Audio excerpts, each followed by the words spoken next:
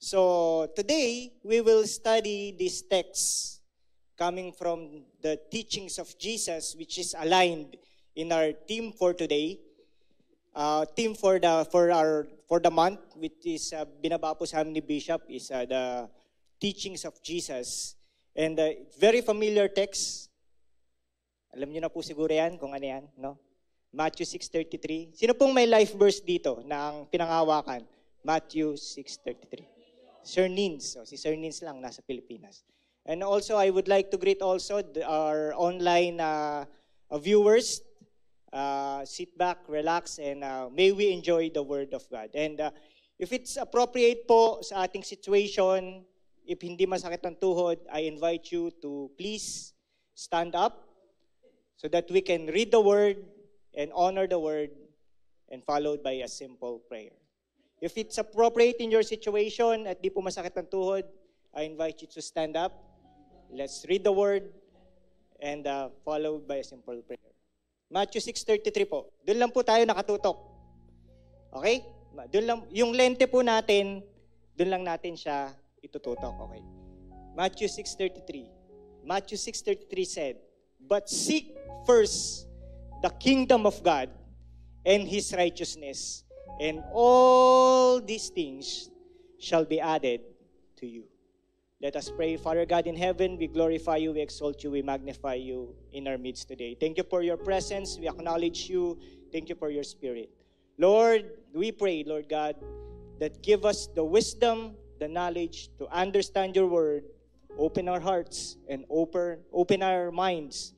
And may this word, this seed, grows in our hearts so that kami po ay maging mainam at mabuting Kristiyano.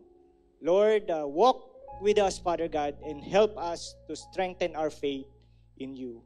Hide your servant behind your back, Lord God, at kayo po ang makita, maitaas at maitanghal sa umagang ito. Lord, salamat po. We acknowledge you, we honor you, we praise you. This we pray through Christ our Lord. Amen. Okay. Let's sit na po. Okay. Ready na po ba tayo? Very familiar, right? No? Very familiar. Kung matagal na tayong Christian at kadalasan umattend tayo ng church o kahit sa mga Facebook, makikita natin tong text na to. Matthew 6:33, "But seek first the kingdom of God and His righteousness, and all these things shall be added unto you." Now, most of the time, nakikita po natin tong text na to as a prerequisite towards blessing, no? So, lagi tinitignan tong text na to, this text revealed always into blessings and provisions of God. Di ba? Yan yung laging pinapakita o yan yung laging tumbok pag inaaral tong text na to. But this time, we will dissect this verse so that we can understand how all these things shall be added unto us. Excited po ba tayo doon? Okay. So let's start, church. So, let us first see the context of chapter 6. No, in chapter 6 po ng Matthew, this is the continuation of the Sermon on the Mount of Jesus. Because yung prior verse po niyan, yung chapter 5, Jesus went with His disciples, and ang crowd po niya, ang audience po niya is the great multitudes, and He began to teach in the Mount. So this is a very, very famous teachings of Christ. Chapter 6 is a continuation of the Sermon on the Mount. Now, Jesus teaches the multitude, yun po yung audience niya, that is his crowd at that time. Now, He teaches in Matthew chapter 6, 1-4, first, how to give. Kung paano tayo dapat magbigay sa Panginoon. Second, He teach the way how to pray. This is the verse where we can find our Father who art in heaven. This is the Lord's Prayers verse. Matthew 6, 5, and 13. Now, after Jesus taught that, Jesus taught us, or in-explain po doon ni Jesus, how to forgive. Yun yung next niya na tinuro, Matthew 6, 14-15. Diba? Ang kinukote po niya dyan, sinasabi po niya dyan, If your Father in heaven forgives you, how come you cannot forgive others? Yun po yung sinabi niya. Then, after that, he taught how to fast, Matthew 6:16 to 18. Then, the treasury, yung ating pong mga kayamanan, pananalapi, mga kaperahan. And after that, yung pinakadulo po, this is the wealth and the worry. So, dun po tayo tututok dito sa Matthew 6:25 to 34. But we will only examine one verse, Matthew 6:33. Okay. So, pakibasa nga po, loud and clear, once again.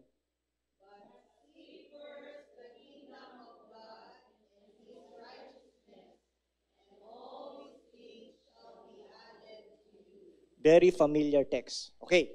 So, dito po, nung unang word, the first word that we can see is but. But means there is a condition. There is a prerequisite.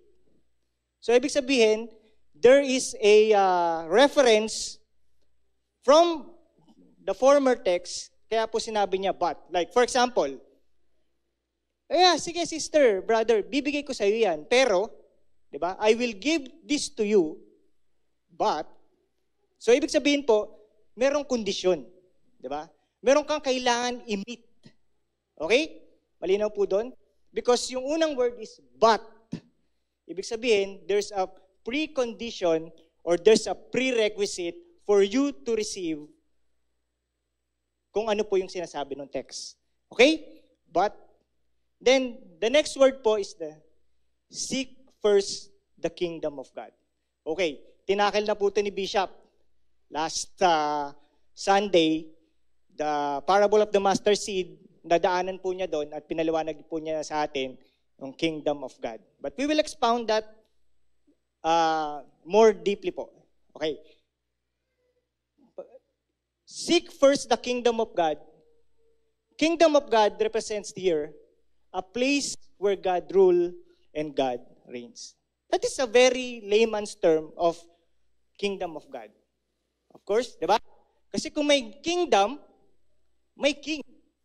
Di ba? Hindi mo pwedeng sabihin na meron kang kaharian, wala namang namumuno. O, diba? So, the kingdom of God is a place where God reigns or rule. Okay? Lugar, bagay, saan man po na pinangungunahan at nirurule ng Panginoon. Okay, next po. And, naalala niyo po yung preaching na spirit and in truth? Okay. Lumitaw na naman po dito yung end. And end here means all or cannot be separated. Ako po, personally, nag-aaral ako ng building code ng Ontario. Nagre-review po ako niyan. Yung building code ng Ontario, pag nakakita ka doon ng end, it means all.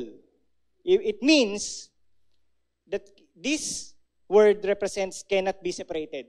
Paano po natin makikita yan? Look this. Seek first the kingdom of God and His righteousness and. So, ibig sabihin po niyan mga kapatid, you cannot seek first the kingdom of God and stop. Magkasama po palagi na seek first the kingdom and His righteousness and all these things shall be added unto you. We cannot separate. Now, the common misuse of this verse is pinuputol. But seek first the kingdom of God and all these things shall be added unto you. That doesn't work that way, mga kapatid. Ako na po nagsasabi sa inyo. Because the condition has to, but there's a precondition, seek first the kingdom of God. You have to meet that, seek first, and His righteousness, and all these things. Tsaka pa lang po papasok yung all these things shall be added unto you. Mamaya po, expound po natin yan. Okay? Then, His righteousness, dito na po pumasok. Naku, righteousness, patay tayo dyan. Sabilay tayo dyan. Taob na bang ka pag pinag-usapan ng righteousness? The boat will sink. Because if we're talking about righteousness, because righteousness is a very big word and always constitute to the holiness of God. When we talk about righteousness, we know that we are unrighteous. And maybe, we can look at this text na, oh, may righteousness nabanggit doon. Diba? Medyo may konting patay tayo dyan, no? May barrier na konti doon. Kahit righteousness here is the very character of God. That is the very character of God. No, you cannot separate God from righteousness. God is always a righteous God.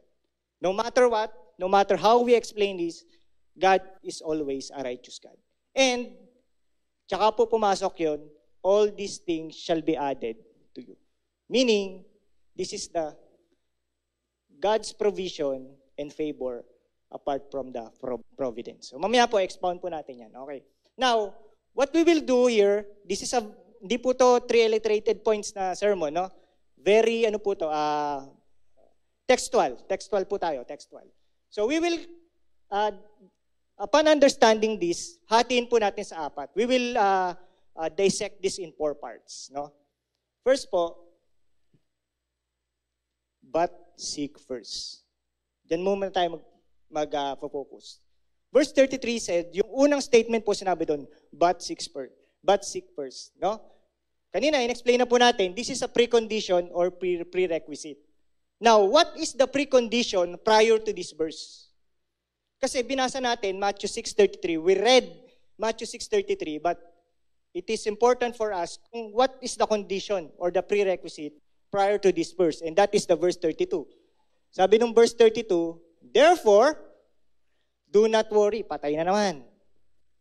This is the very hardest, one of the very hardest command in the Bible. Do not worry. No, apart from love your enemies, diba? Yung loving your enemies is as hard as do not worry.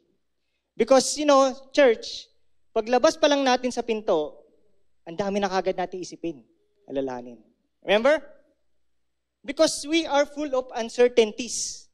We don't know what the future holds us, right? Paano ko babayaran to? How are my finances doing?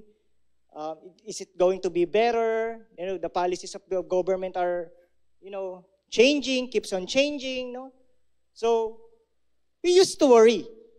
But in the verse 32a, therefore, sabi, do not worry, saying, what shall we eat? What shall we drink? Or what shall we wear? Pertains to the physical or the material things. Si Jesus po nagsabi niyan. Okay? So, look at this. Do not worry. Look at it. What shall we eat? This is physical, right? Diba? What shall we drink? This is also physical. Kailangan mo yan para you need this to survive. Right? And what shall we wear? Of course, diba? You need this. No? This is the very basic things. Jesus is saying or teaching this in the verse 32a. So, when we realize this verse, Jesus pertains to the material things. Okay? Kakat po muna natin doon 32a. Kakat po muna natin. Mamaya, dudugtong natin yung kasunod niyan. Then, when we say seek, it means to pursue or strive. So, ibig sabihin, but seek first, this is an action word, mga kapatid. And but seek first requires decision. It's up to us. Okay? So, ano pong pinapatungkol ng verse dito? No? We must prioritize above anything else. That is the meaning of the first. So, seek means pursue or strive, and this is an action word. Ibig sabihin, kailangan po may pagkilos. I mean, kailangan mong mag-decide, kapatid. Diba? Either,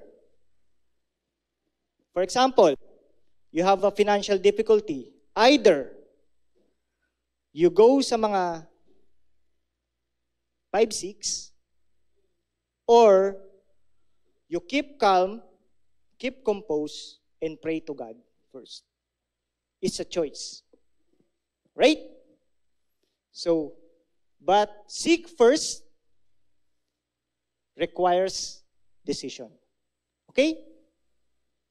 So, but seek first means putting God first, making God our top priority. Now, malawak po to, church. Malawak po to. This is a very broad in scope. Diba? It doesn't mean that yung mga ministry lang po na nakikita nyo sa church, it's not limited within the church. Okay? Seeking God first is not limited within the church. Okay? Okay. So mamaya po, expound pa rin natin yan. Medyo malabo pa po yan. Medyo unti-unti natin i-dissect yan. Yan po ang but seek first. Okay? There's a condition to be met and there's a decision that is a requirement. Okay. Sabi po dito, Jeremiah 29:13, and you will seek me and find me when you search for me with all your heart. So meaning to say, but seek first, ano po, this is a condition of your heart. Sino bang unang nilalapitan mo, kapatid? Sino bang unang inaalala mo, kapatid? Sino ba yung una mong kino-consider when it comes into you making decision to your career, to your finances, to your personal life, to your family? Sino yung una mong kino-consider? And this verse reminds us that if we will seek God, we will find Him, and when we search with all our heart. Okay? But seek first. Second, kingdom. Okay. When we say about kingdom, when we talk about kingdom, what will be the picture? The first picture in our minds when we say kingdom. Of course, di ba? Castle. Di ba? There's the field. Di ba? Of course, castle. Ganito, di ba? Yan. Yan ang first picture pag pinipicture natin yung kingdom. Okay. Now, meron naman iba, pinipicture sa kingdom, ganito. Di ba? Alam niyo po yan? Yung mga nakakaalam ang mag-react. If you know this, react please. The Kingdom, may season 2 na yan sa Netflix. Yan yung mga zombie. There's a zombie. There's a kingdom that was infected by a zombie, and the zombie are, sinasakop nila yung kingdom. Okay? Season 2 na po yan. Okay. Nag-commercial, no? Okay. Para lang hindi masyado seryoso. Okay. When you picture kingdom, of course, there's a castle. Di ba? There's a territory. Okay. So, expound po natin to. What really mean the kingdom of God? Anong ibig sabihin po talaga ng kingdom of God? Okay. Number 1, kingdom, of course, there's a king. Di ba? There has to be a ruler. And that king has to be in control. There has to be territory. There has to be authority. And there has to be dominance. No? Because you cannot say that it is a kingdom if there's no king. There's no ruler, there's no control, and there's no territory, and so on and so forth. Right? Very basic. Ba? Second po, ito. When Jesus' first ministry arrived, He knew that there's a problem. And He knew that His mission is to establish the kingdom of God. In what way, mga kapatid? How can Jesus first establish the kingdom of God? Jesus first recognized that there's the problem in the kingdom. When Adam and Eve was designed, di ba, they conformed under God's rule. But when sin came in, there's a separation of man and God. And that is the mission of Jesus. Diba? Jesus recognized that people or humans are separated from God. And that, at that time, when Jesus came, in the times of Jesus, they are waiting for a Messiah. Right? Now, expound pa po natin to. Of course, Jesus started in His ministry, and later on, alam natin na the kingdom has to be a king. Kaya nga po when Jesus was crucified, ano nasa taas? King of the Jews. Because he was recognized as the King of the Jews. And we know that he is the Messiah and he is our King of Kings and Lord of Lords. So therefore, kingdom has to be a king. But there's another problem. Ano pong problema? Kingdom is nothing without people. Right? You cannot say you can establish a kingdom if there's no people. Pwede bang yung hari lang ang siya lang mag-isa? Magsilbi sa sarili niya, di ba? At pamahalaan niya yung sarili niya? No. Di ba? A kingdom has to be a king and has to be with people. And that people, mga kapatid, from then and now, is you and us. We are part of the kingdom of God. Because why? Paano tayo nag-qualify dito? Do we recognize God as our Savior and our Lord? Yes, of course. Or we belong to the kingdom of God. And it is important for us to understand the concept of kingdom. There has to be a king and there has to be people. That's why, mga kapatid, when Jesus first introduced His ministry, ano pong sinabi niya? Come, follow me, and I will make you fishers of men. Right? Matthew 4:19, NIV. Diba? Jesus know that His purpose and He will be a king. But the problem is, walang tao. That's why when Jesus came to realize for Him to acknowledge and establish the kingdom of God, kaya po yung mga parable niya, puro, the kingdom of God is just like this. The kingdom of God is just like this. Because He's explaining to people that when you have to belong to the kingdom of God. And when He first do His ministry, ang una po niyang hinanap, tao. And ang kausap po niya dito is yung mga disciple niya. The first disciple, di ba? Come, follow me, and I will make you fishers of men. You getting? Nakasunod po? Okay? Next. Yan. Also, let's take a look at the kingdom. Kingdom has structure. May structure po yun, no?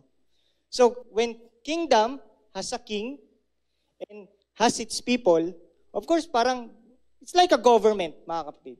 There's a president, and there's the secretaries, right? The ministers. Then from the ministers, they serve the people. Ganun din ang structure ng kingdom of God. Diba? It came from Jesus, the disciples, and the great multitude followers of Christ. So, Christ is the head. That's the kingdom of God. Christ is the head. Christ is the king. Then followed by the disciples. That's the ministers. Then down to the followers of Christ, which is, we are part of now. Okay. Nagets po? Kingdom of God? Okay. Yan. Of course, kingdom of God also have privilege and benefits. Now, you remember, mga kapatid, why are you pursuing your Canadian citizen? Because you have privilege and benefits that the others cannot have, right? You have the benefits of this and that. You know, when you have when you've been honest in your tax filing, you have a refund, di ba? There's a privilege and benefits in belonging to a kingdom, in belonging and being honest into a government. Ganun rin po ang concept ng kingdom of God. If you belongs to the kingdom of God, then you have benefits and privileges. Pero later on na natin yan pag-usapan. Later on. Letter C po. And its righteousness. Ito na po ang mabigat dito. This is the hardest part. Because we can seek first the kingdom. We already know the kingdom. Lumitaw na naman yung end. And its righteousness. Kingdom of God and its righteousness cannot be separated. You cannot practice the kingdom of God and ignore righteousness, mga kapatid. Malinaw po ba yon? Okay? That's why end is there. This cannot be separated. So, seek first the kingdom of God sometimes nag-stop na tayo doon. And tapos umaasa tayo, and we're hoping that we will get all these things shall be added unto us. That's a common misuse of the text. So dapat, when we examine this, seek first the kingdom and its righteousness. You cannot separate or ignore righteousness. Now, righteousness is, this is the very character of God. Okay? God is a righteous God, no matter what. This is the truth, and we have to accept this. Now,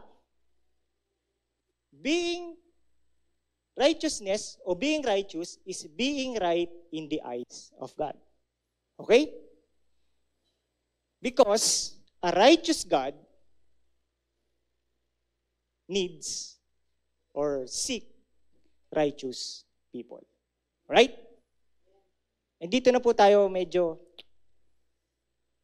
parang hirap na. Gusto kong makabilong. I want to belong. I want to be involved in the kingdom of God. That's it. But, in order for you to qualify in the kingdom of God, you must not only seek God, but also seek God's righteousness. Because a righteous God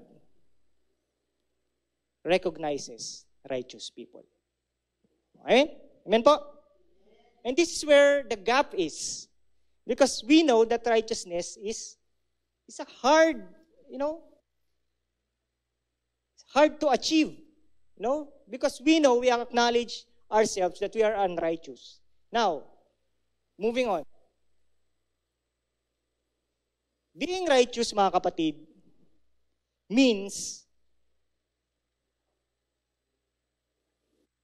we are right, we are deciding what is right in terms of our character, attitude, and action. Okay? So when we decide, we know that we are in the righteous decision if this decision is right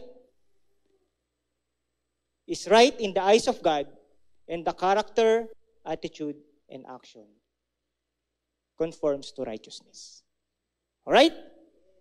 Mahirap po to. This is the hard part. Now, how we acknowledge ourselves being unrighteous. Amen po ba? But how can we qualify to be righteous? Ito po. Sabi dito. This righteousness is given through faith in Jesus Christ to all who believe. There is no difference between Jew and Gentile. Amen po ba? Nakita po natin yon. So, this Romans 3 verse 22, NIV says, na yung the righteousness is given through our King, Jesus Christ, and those who believe Christ. And there's no difference between the Jew and the Gentile. Okay? Ano pa po? Sabi dito, whoever pursues righteousness and love finds life, prosperity, and honor. So, when we seek God, the kingdom of God, it has to be seeking also the righteousness of God. Proverbs 21:21, yan po sabi. Next. Ito po. Tingnan po ito. Itong verse na to. Most of us, kapag active ka sa church, nagiging self-righteous ka eh. And this is a self-check to us. To do what is right and just is more acceptable to the Lord than sacrifice. Lagi nyo kaming nakikita dito sa harapan, active kami, ang ganda ng suot namin. Diba? Ganda ng suot namin. Diba? Diba? Pwede man sasabihin pa ka sa media, hindi ako aakyat pagka hindi orange yung mic, ha? But, self-check tayo mga kapatid.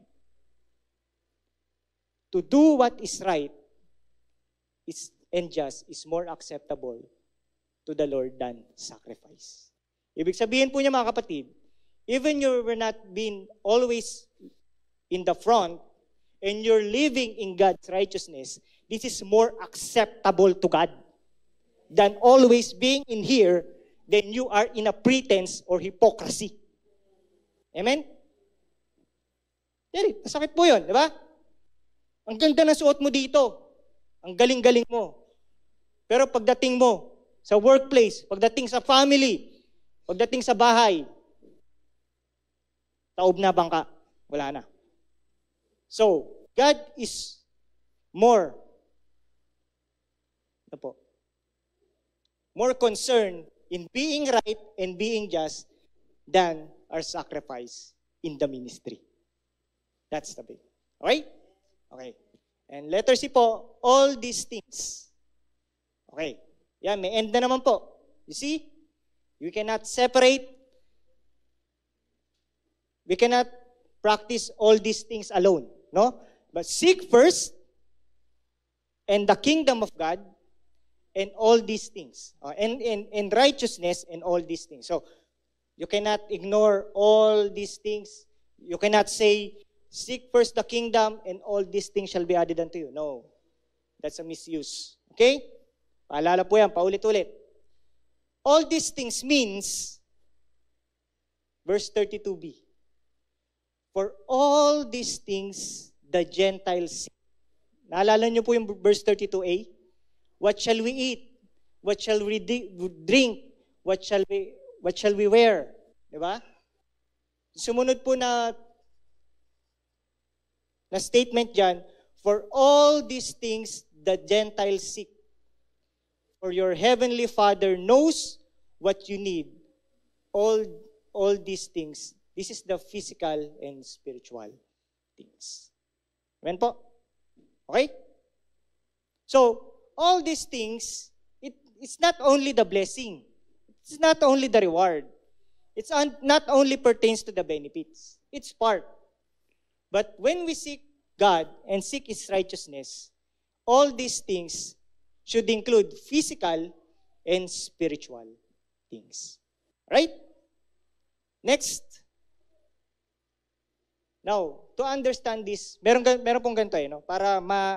For us to differentiate what is the benefit of being in the kingdom and in the righteousness and all these things, para maintindihan natin all these things, and being on the, not belonging to the kingdom. Okay? There is called general providence and divine providence, mga kapatid. General providence, this is the natural cause. You know, we live through it day by day.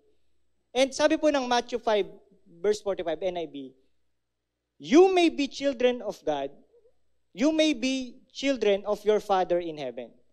He causes His sun to rise on the evil and good, and sends rain on the righteous and the unrighteous. This is the general providence. No? So what I'm trying to say here, ano pong gusto kong i-explain dito? General providence is yung mga bagay na pinangyayari ng Panginoon para sa mabuti at masama. Diba? So, for example, sumikat ang araw, hindi lang po para yan sa mga righteous people. It's not only when the sun shines, it's not only for the righteous people, it's also for the unrighteous people. Diba? When the earth turns, pwede bang sa mga righteous lang umikot ang mundo? No? This is the general providence. Ibig sabihin, all will be benefit. Whether you are good or bad, whether you are righteous or unrighteous. What is the advantage of belonging in the kingdom and in righteousness so that we can benefit to all these things? You see, mga kapatid, the general providence, this is the all these things. But, sinabi nung verse, di ba? A good citizen always have a reward and benefits. So, anong pinagkaiba natin? Kung yung mundo umiikot for the righteous and the unrighteous, what is it in us? Right? Walang pinagkaiba pala, Lord. Okay. Expound pa po natin. Shall be added. You see? You have the general providence, mga kapatid. Di ba? We are benefiting in the general providence. Pag sumikat yung araw, lumulubog yung araw, yung mga creation na ginawa ng Panginoon, nagbe-benefit dyan ang good and evil. What makes us apart from the unrighteous people or the evil ones, sabi po ng verse, shall be added. Diba? Meron ka niyang kapatid, dadagdagan ko pa. Amen? So there's a common benefit. Apart from that benefit, I will add more to you. Nakita niyo po yung verse? Nakita niyo po? Because sinabi ng verse shall be added unto you. And what is being added? That is the divine providence. Shall here, the word shall here means intention or assertion. Assertion. Which means, mga kapatid, you have the divine providence of God, you have the regular blessings from God, and apart from that, God will intend to assert to you more blessings, more opportunities, and more rewards, and more benefits. Amen? Okay? And when we say assert, ipipilit sa'yo. Kahit hindi mo deserve, mapapasayo, kapatid. Why? Because you seek God and righteousness. Diba? In His kingdom. Alright? Nakita po natin yun? This is an added value. Apart from the regular benefit, you will be rewarded more. In addition. And that is, sabi dito, no? Surely, the righteous will never be shaken. They will be remembered forever. They will have no fear of bad news. Their hearts are steadfast, trusting in the Lord. That is the benefit of divine providence. Now, next. The righteous cry out, and the Lord hears them. He delivers them from all their troubles. That is the benefit of being in the kingdom of God. Amen? Nakita po natin yon? So, doon po natin makikita na apart from the regular benefits, we have the divine provision of God. We have God's favor in us.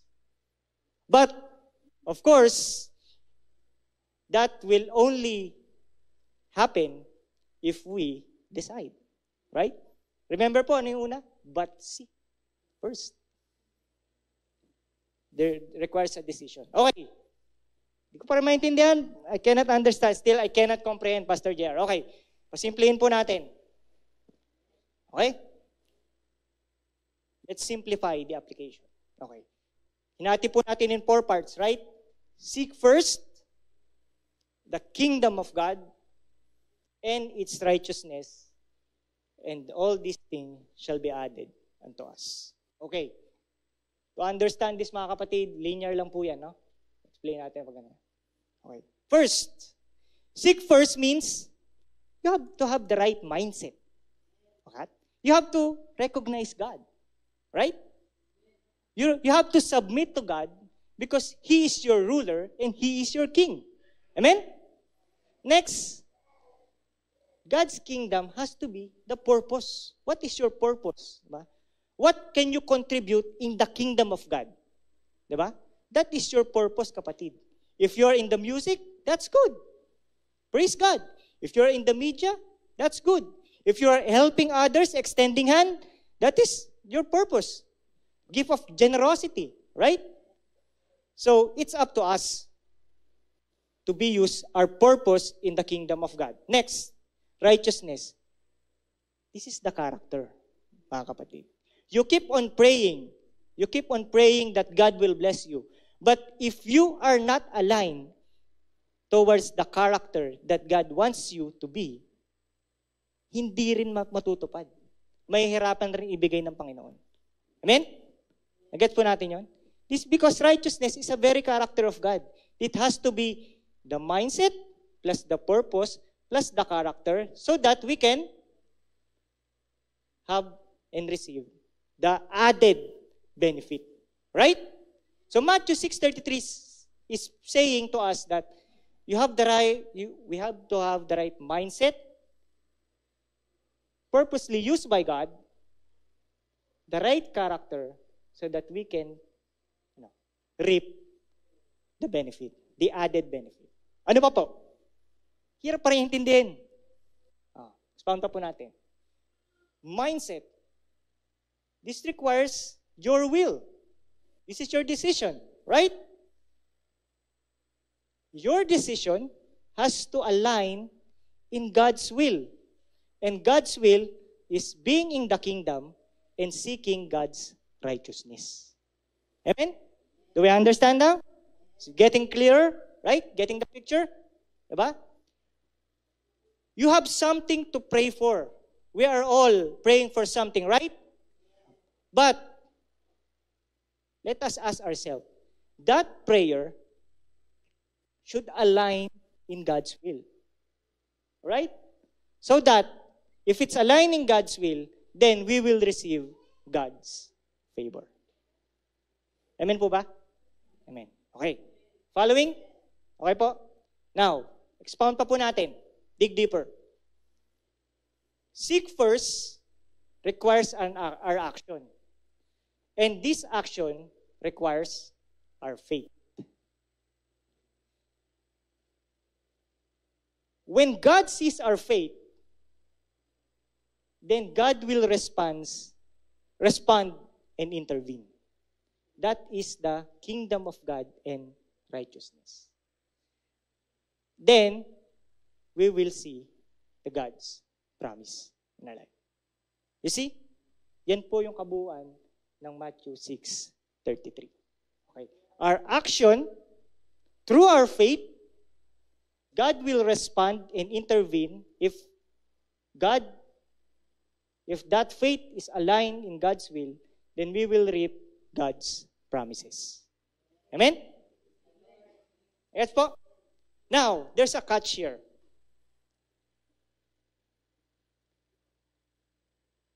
This action,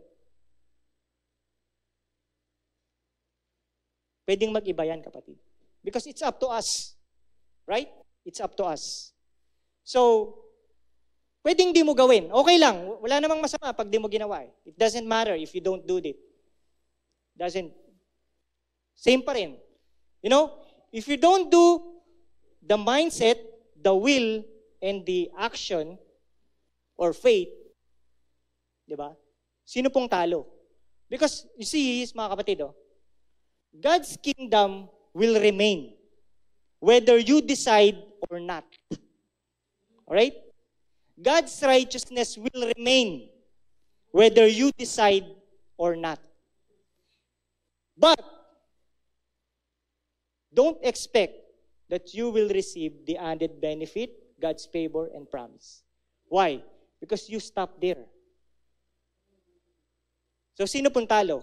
Is it God who will remain or us? Remember po pag nagpagaling si Jesus, when Jesus healed, yung mga healing encounter ni Jesus, anong laging sinasabi niya? Your faith has healed you. Remember po? Diba? So, understanding this Matthew 6:33, no? For us to reap the added benefit, God's favor and promise, it's up to us. It's up to our decision. Di ba? It's up to our action. And that action should align in God's will so that we can reap the promises of God. That is Matthew 6:33, mga kapatid. Okay po? Naintindihan na po natin? Okay. Okay. Expand pa po natin. Simplify application. Simplify po natin application. Okay. Sabi diyan, seek first, put God above everything else. Put God on our top priority. Kingdom of God. Let's be involved.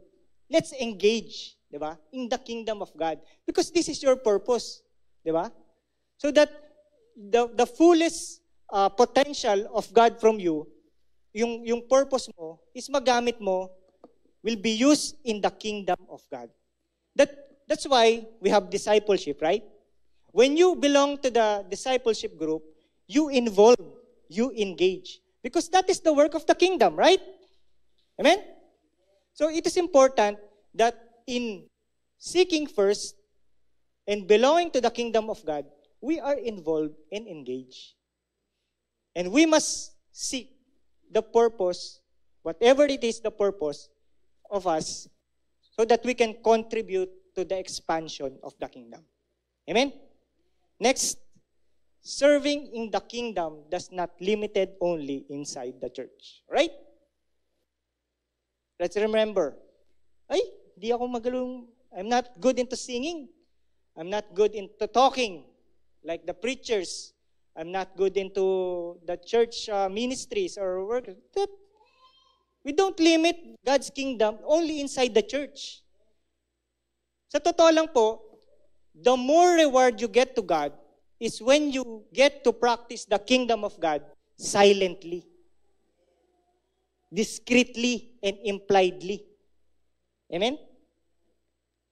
More rewards will be benefiting from that kind of heart. Now, righteousness, the character of God, and revealed through faith. Then all these things, God's divine favor, blessings, and promises. Okay, nakita na po natin? Okay. Simplify pa po natin. Last na po. Seek first. Plus. Yan yung formula, no? Tignan natin yung formula. Excerpt natin yung formula. Let's see the formula of the Matthew 6:30. Seek first plus kingdom of God plus righteousness equals these things are added unto us. That's the formula, right? Amen? So you cannot practice seek first without doing, diba? You cannot seek when you do not decide. When you decide, you cannot practice kingdom of God and ignore righteousness. And you cannot practice kingdom of God and righteousness and ignore all these things. Alright? So, complementary po sila. No? Complementary. You have seek plus the kingdom. Now, pagka mababaw tayong Kristiyano, when we are in a baby Christian level, ganyan yung pagtingin natin sa verse. But when we grow deeper in our Christian life, naiiba po yung formula. So, paano naiiba yung formula? Tignan po natin to. Seek first is equal to kingdom of God and is equal to righteousness, and all these things shall be added unto us. When we are baby Christian, we only see all these things shall be added unto us. But when we become deeply rooted in the Word, we long to seek the kingdom and its righteousness, and this is just only a bonus. Mga kapatid, naiintindihan po natin yun. You are not more concerned of the output or the reward of God's blessing, but you are more concerned of the seek first. How can I contribute to the kingdom and the righteousness that I can bring to the kingdom? Amen? Yan na po. Okay. Next. Conclusion. Lahat po tayo nabubuhay, kailangan natin ng hangin. We need air to breathe, right? And this is the very conclusion. Okay? Dami, no? A means action. Seek spiritual things first with right heart and intentions, and all these things shall be added to us. Actions matters as a Christian. Next, intention. No matter how good your action is, kapatid, if you had bad intentions, it will be in vain. Sayang lang. Intention, living under God's call, guidance, and authority under God's will and purpose. So it is important that the intention is aligned in God's will and purpose. Next, end result, the output, the reward. God promises heavenly treasure, rests in divine provision, and fulfillment of God's highest purpose of man, fellowship with Him and being part of His kingdom. Doon po dapat tayo. Ito yung pinagtutunan natin pansin, no? Fulfillment of God's highest purpose for man, and that is to fellowship with Him and being part of His kingdom. Or else, if you do not decide, then this reward will be not reaped. Sayang lang. Amen po ba? Amen. So that is Matthew 6:33, mga kapatid. Amen? So, I want to share you before I end. I want to share, this is my life verse, personally. And I embrace this verse so much that when I encounter difficult moments in my life, God always reminds me to look up to this verse. And this verse is, let us not become weary in doing good. Kahit gaano po kahirap, ang hirap maglingkod, ang hirap magmahal, hindi mo na maintindihan bakit ganun yung pag-uugali nila sa'yo. Wala ka namang ginagawang masama. But this verse always reminds me that let us not become weary. Huwag tayong mapagod sa paggawa ng mabuti. Why? Because for at the proper time, we will reap a harvest if we do not give up. Amen? And that is Matthew 6:33, mga kapatid. Sometimes it's hard for you to love God. Sometimes it's hard for you to understand Lord. Sometimes it's hard for you to understand your problems, their circumstances, the uncertainties of life. But this verse always reminds us that in the proper time, we will reap a harvest if we do not give up.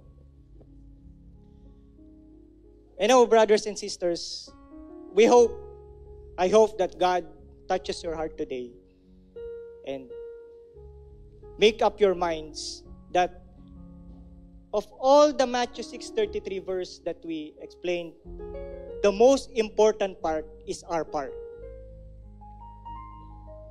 The action at the beginning. Because if we do not decide and we do not act, the kingdom and the righteousness and these things will be in vain. Now, I don't know, brothers and sisters, kung ano po yung situation. I don't know what's your situation right now, maybe in your financial difficulty, personal problems, whatever.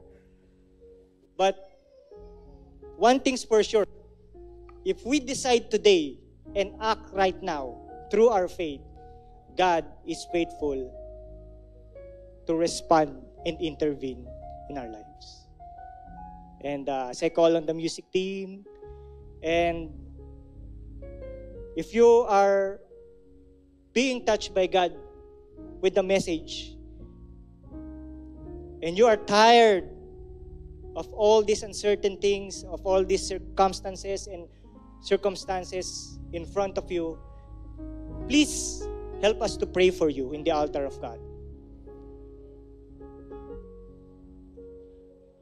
We are facing a lot of difficulties, moments, and it's hard for us sometimes to understand why God is allowing these circumstances. But if you feel like you wanted something, you want an answer, the altar is open, our brothers and sisters. Please allow us to pray for you so that we can enjoy and reap the full benefit of Matthew 6:33. We seek God, we seek God's righteousness, we seek God's kingdom, so that all these things shall be added unto us. Amen?